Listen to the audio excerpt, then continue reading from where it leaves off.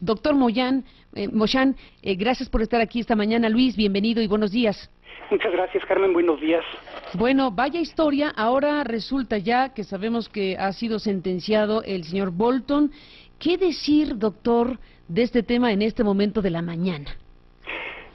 Pues lo grave es que México lo sigue usando a pesar de ¿Cómo, esta noticia. doctor? ¿Lo seguimos usando? ¿Quién lo usa? Lo seguimos usando. Hace poco hubo una noticia de que en Chiapas, por ejemplo, hubo un programa llamado Verano Seguro, y entonces estuvieron protegiendo a la ciudadanía usando estos aparatos. Unos días atrás, en Irapuato, en unos juzgados, hubo una amenaza de bomba, y fueron a buscar la bomba utilizando estos aparatos. Unas semanas atrás, igual hubo una amenaza en unos cines en Parral, Chihuahua, y entró el ejército a buscar la bomba con estos aparatos, y es peligrosísimo, porque es peligrosísimo para el que usa los equipos, porque son inservibles, y sería peligrosísimo que sí hubiera una bomba y ellos dijeran que no la hay porque el aparato no la detectó. Ellos confían en el aparato, y entonces aquí hay un peligro brutal. Yo creo que es importantísimo prohibirlos de inmediato. Prohibirlos de inmediato. Que no se ha hecho todavía. Pues muy importante, doctor, lo que nos dice. Nosotros estábamos destacando esta mañana que el día de ayer un jurado de la Gran Bretaña, un jurado de la Gran Bretaña concluyó el juicio que se llevaba a cabo en contra de este hombre Gary Bolton, el creador del detector molecular GT200, que determinó que este aparato pues es falso, que no sirve, y bueno, pues fue condenado ya a una sentencia de 7 años de prisión en el Reino Unido. Pero ciertamente estamos poniendo el énfasis en el fraude, que es el timo, pues el timo a los gobiernos mexicanos, a la sociedad mexicana, porque al final de cuentas los gobiernos utilizan el dinero de la sociedad y se utilizó dinero para comprar todo eso, y el foco que estábamos poniendo era respecto al dinero usado, pero tiene toda la razón, a lo que ha causado, y en este caso nos dice sigue causando, y los riesgos que sigue causando la utilización de este aparato. ¿Por qué no, doctor, nos cuenta exactamente qué cosa es esto? Bueno, este aparato es una especie de pistolita, se agarra con una pistola, tiene una manija, pero en lugar de un cañón tiene una pequeña antena telescópica, como las antenas que tienen los coches o que tenían los coches, que se puede estirar, colapsar y guardar. Y esa antena es libre de girar alrededor de un pivote que está ensartado en el mango. Entonces los operadores pues estiran la antena, la colocan en una posición horizontal y caminan con el aparato en mano, y ellos dicen sentir que la antena se mueve para un lado o para el otro lado cuando están a un ángulo recto de la sustancia que están buscando. Entonces, caminando varias veces pueden hacer un trazado, hacer triangulación y detectar dónde está la sustancia que está buscando. El aparato tiene una pequeña caja en la base donde pueden insertar hasta 12 tarjetas. Cada tarjeta tiene un letrero que corresponde a distinta sustancia. Dicen poder detectar e identificar entre cientos de drogas distintas, de explosivos y, como mencionaba hace rato, hasta cuerpos humanos y marfil y dinero. Y entonces uno mete las tarjetas de las sustancias que está buscando y el aparato le dice dónde están. Esa es la supuesta forma de operarlo. Hay una teoría de operación que es divertidísima, para cualquier estudiante de física sería muy divertido leerla. Dicen que el aparato lo que detecta son los campos paramagnéticos y los campos diamagnéticos que producen todas las sustancias y que apuntan a la derecha de las sustancias, quiera decir lo que quiera decir, que no detecta campos ferromagnéticos porque no quieren que se confunda con el campo ferromagnético de la Tierra, y que se carga con la energía electrostática que produce su operador. Dice que pueden detectar nanogramos, el anuncio dice que picogramos, el manual dice que nanogramos de sustancias. Esto es una milésima de una millonésima de un gramo, y dicen que lo pueden hacer desde distancias que van de 300 metros cuadrados. Yo creo que eso es un error simplemente de unidades, pero que en tierra lo pueden detectar a 700 metros cuando solo buscan una sustancia, y desde el aire hasta 5 kilómetros de distancia. Entonces, todo esto son cosas que son incompatibles totalmente con el conocimiento científico actual, pero lo más importante, más que discutir la teoría, pues fue ponerlos a prueba, Y en México hicimos una de las pruebas a estos aparatos, y cuando la hicimos pública, pues se enteró la policía de Londres y por eso nos llamó y nos pidió atestiguar y presentar nuestra prueba como evidencia en el juicio contra Bolton. Doctor Luis Moshán, hemos aquí comentado también que el tema pues ha llegado a la Suprema Corte de Justicia porque hubo, si no me equivoco, el caso de dos muchachas veracruzanas, dos personas que alegaban que habían sido imputadas por la PGR a partir de identificaciones o de información obtenida a través de este aparato en cuestión.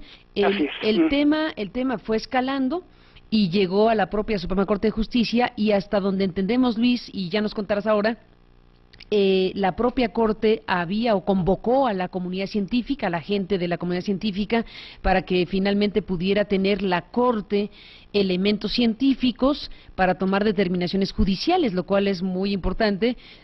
No sé si ha ocurrido otra vez. Recuerdo que la Corte con José Ramón Cosío, en este caso y en otro anterior que tenía que ver con otro tema, pero era convocar a la ciencia para tener información y decidir judicialmente con un asunto del ADN y otras cosas, pero en este caso era a ver que vengan los científicos y que nos digan qué pasó ahí, doctor Moshán.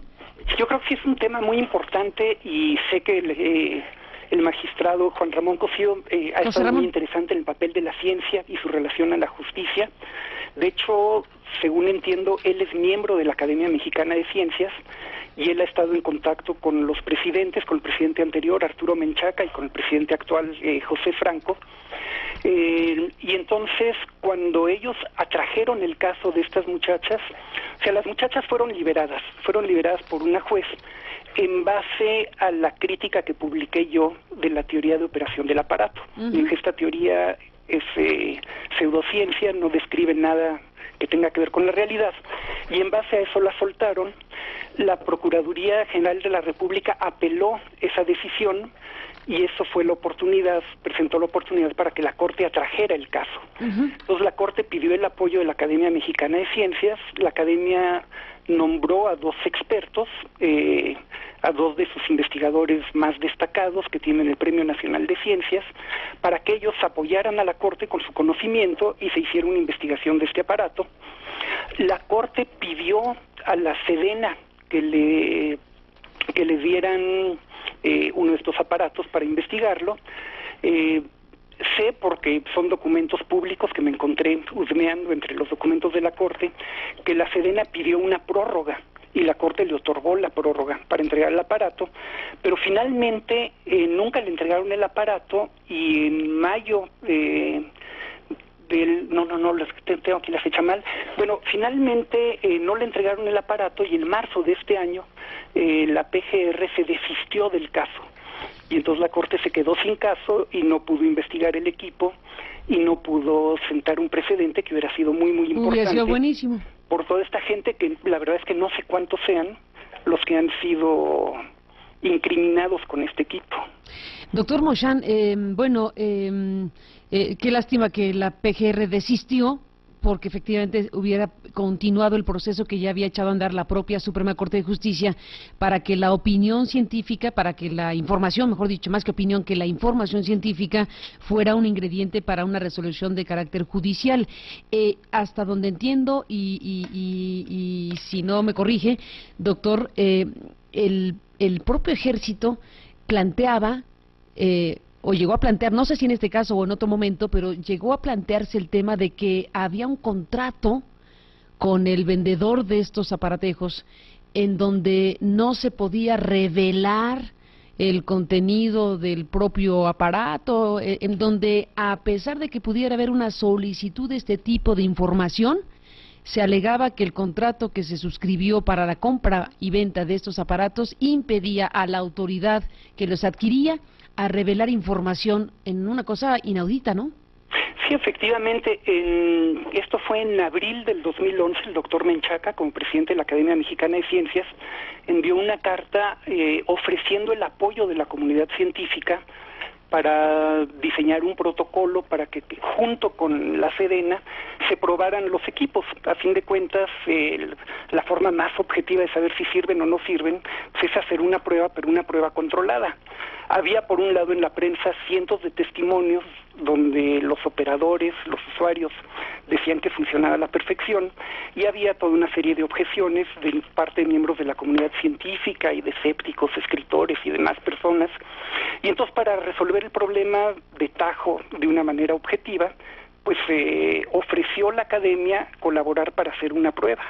Esto fue en marzo del 2011, y a finales de junio del 2011 se recibió una carta proveniente del Estado Mayor diciendo que desgraciadamente no podían acceder a la petición del doctor Menchaca por los términos legales, las obligaciones contraídas en el contrato de compraventa de los equipos. Nunca vimos el contrato, pero no sé cómo pueden estar redactados esos términos, pero a mí me parece algo insólito que alguien pueda firmar un contrato que le impida poner a prueba sus propios equipos. No, bueno, qué cosa, impresionante. Pues parte de lo que ha ocurrido. Y Luis Mochán, doctor, hay que subrayar lo que decía al principio usted, que es no solo hay que ver lo que ya se hizo, las consecuencias en casos específicos de personas imputadas o de situaciones que hayan podido desarrollarse en el Ministerio Público, tanto federal como local, con la utilización de estos aparatos, sino, como usted dice, se siguen usando. Y ese es un tema en donde se colocan las cosas en un terreno de riesgo, porque si los aparatos queda demostrado científicamente que son fraudulentos al final de cuentas, que no logran, que realmente su mecanismo, su sistema, su esencia no es algo que permita saber lo que dicen, permite saber, entonces si se siguen usando es no solo una barbaridad, sino que corre riesgo, como se dice, por un conjunto de decisiones que se puedan tomar a partir de su utilización. Así que vamos a ver qué pasa, doctor. Por un lado está su llamado como científico, primero de que la autoridad sería muy bueno que le haga caso a los científicos más temprano, ¿no? Es decir, ustedes desde hace mucho tiempo como científicos, y aquí nos contó el caso específico de la solicitud al ejército mexicano por parte de la academia, bueno, como científicos querían contribuir a que se evaluara ese asunto que le estaba costando dinero al erario y que además estaba siendo usado de esta manera. Entonces, el llamado principal es que la autoridad o las autoridades consideren a la comunidad científica, a la información científica como un elemento de decisiones, ¿no? Sí, bueno, lo que siempre hemos bromeado es que cuando tenemos oportunidad de hablar en público, siempre decimos apoyen a la ciencia, y este es un caso muy, muy distinto. Lo más importante en este caso, lo que tenemos que aprender como sociedad, es a apoyarnos en la ciencia. En la ciencia. O sea, tenemos una comunidad científica, tenemos ciencia, pues usémosla. Tan fácil que es. La prueba que hicimos es una trivialidad, no costó más que comprar unas cajas de cartón y el apoyo logístico, refresquitos y tener un local. La prueba es fue muy sencilla de hacer. Teníamos la capacidad de hacerla, cualquiera la podía haber hecho, nada más tiene que ser controlada, tienen que usarse criterios científicos, y México no recurrió a la ciencia, recurrió a demostraciones y se dejó engolosinar con las supuestas virtudes que tendría este equipo, y se dejó llevar por los testimonios, pero los testimonios, aunque sean cientos, aunque sean miles, no sustituyen una demostración científica. Eso forma parte de la cultura científica que tenemos que transmitirle a nuestra sociedad, y en lo que hemos fracasado como comunidad científica. Oiga, doctor, para cerrar, en el proceso judicial que se llevó a cabo en la Gran Bretaña y que acaba de resolverse con una sentencia en contra de Bolton, además de la sentencia con los que se escindieron de esa empresa y que crearon su propio aparato, que también es una sentencia de 10 años que se determinó recientemente en la Gran Bretaña, ¿en ese proceso judicial participó parte de la ciencia mexicana? Sí, lo que sucedió es que en enero de este año hicimos pública, escribimos en inglés el resultado de nuestra prueba y lo pusimos en un lugar que tenía mucha visibilidad, que es el servidor de pretiros que mantiene ahora la Universidad de Cornell, que antes mantenía el Laboratorio de Los Álamos en Estados Unidos. El Massachusetts Institute of Technology, el MIT, descubrió nuestro reporte y lo anunció como la noticia del día, como el artículo del día, y allí es donde se lo encontró la policía de Londres, y entonces nos pidió usar ese reporte como uno de los testimonios, nos pidió muchos otros, por ejemplo, las 24 horas de video que tenemos de la prueba, porque fueron varias cámaras que estuvieron activas filmando todos los detalles, también se usaron como evidencia. Y finalmente yo estuve en Inglaterra por coincidencias, por el azar, trabajando con una revista de física, una reunión de un comité editorial de una revista de física, el mismo día, esa reunión, que empezó el juicio contra Bolton. Entonces me invitaron a participar y a testiguar, y además me quedé un par de días para ver cómo se llevan a cabo los juicios en Inglaterra, que es algo muy interesante. Entonces yo atestigué en el juicio contra Bolton, y nuestra evidencia se usó en ese juicio y probablemente en los otros también, según me explicaron. Pues interesante, doctor Luis Moshán, lo que nos cuenta esta mañana de esta participación, de esta manera, digamos, en un proceso judicial en Gran Bretaña que ha resultado en lo que aquí hemos informado esta mañana. Gracias por tomarme la llamada telefónica.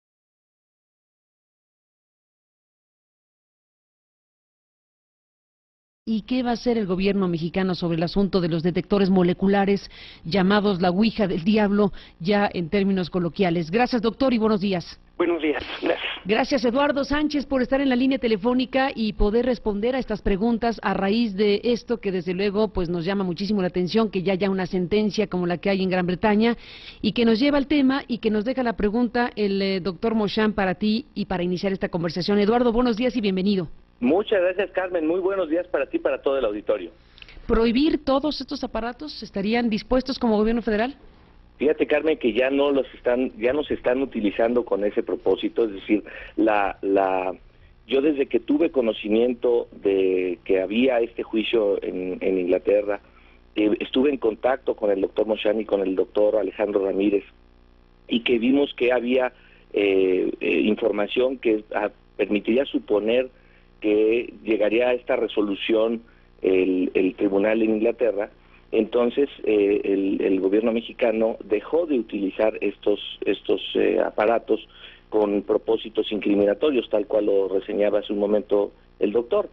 Y desde luego que estos aparatos que fueron adquiridos durante la administración anterior, bajo circunstancias que desde luego desconozco, y al estar bajo esta lupa en la que hoy hay una resolución firme en Inglaterra, en el sentido de que realmente no tienen la utilidad que dijeron que tenía, pues el gobierno mexicano va haciendo una valoración desde el punto de vista jurídico a partir de esta información de cuáles son las alternativas que se tienen pues para en su momento poder solicitar el pago de daños y perjuicios, insisto, si es que estamos en el caso jurídicamente viable para hacerlo.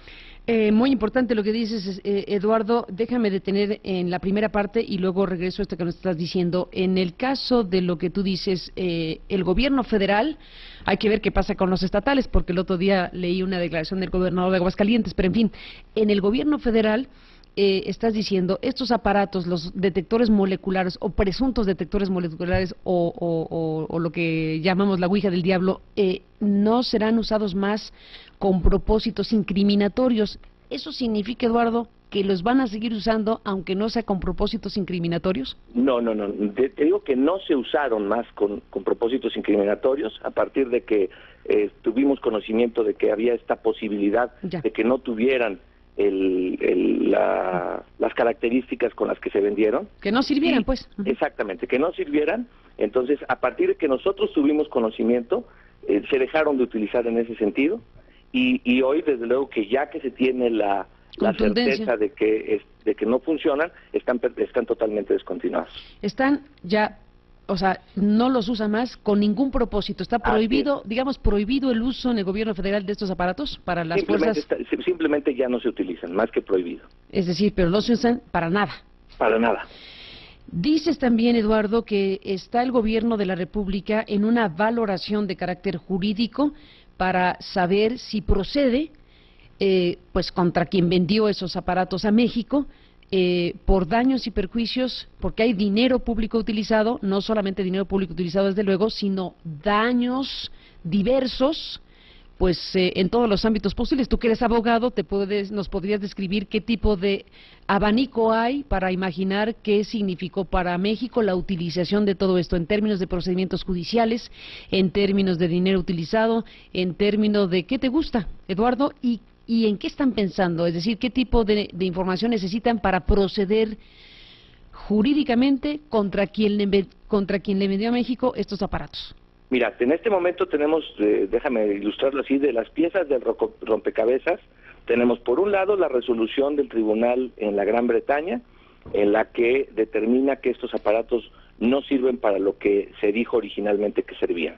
Por el otro lado tenemos unos contratos en donde diversas instancias, diversas dependencias del gobierno federal mexicano adquirieron estos aparatos.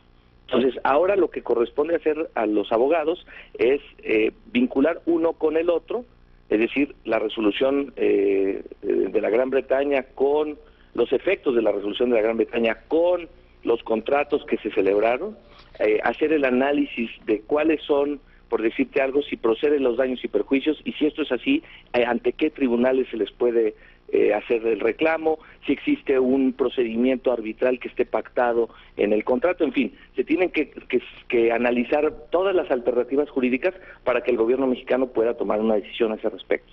Eduardo Sánchez, uno de los temas tiene que ver efectivamente con el contenido de los contratos. Resultó que en el contrato mismo había el impedimento para quienes compraban esos aparatos de divulgar la propia estructura del aparato e información fundamental que la Academia Mexicana le solicitaba en su momento al Ejército y que el Ejército finalmente no entregó, entre otras cosas alegando que había ese impedimento contractual, en pocas palabras. Supongo que una vez que ha ocurrido lo que ha ocurrido, no tendrá inconveniente o no debería tener inconveniente el gobierno de la República de que se libere el contenido de esos contratos para que el que los quiera conocer los pueda conocer, supongo. No conozco yo el contenido de los contratos, Carmen, de manera que me aventuraría. No, pues nadie, lo que queremos es conocerlo. Debe haber cláusulas de confidencialidad, etcétera, etcétera. Pero operarían en ese momento, a ver, ¿el gobierno respetaría cláusulas de confidencialidad ante alguien que le timó?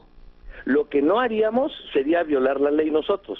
Y lo que sí haríamos, lo que sí podemos hacer es, una vez que tengamos todas estas piezas del rompecabezas y que los abogados determinen cuáles son nuestro abanico de opciones, pues tomar una decisión sin lugar a dudas.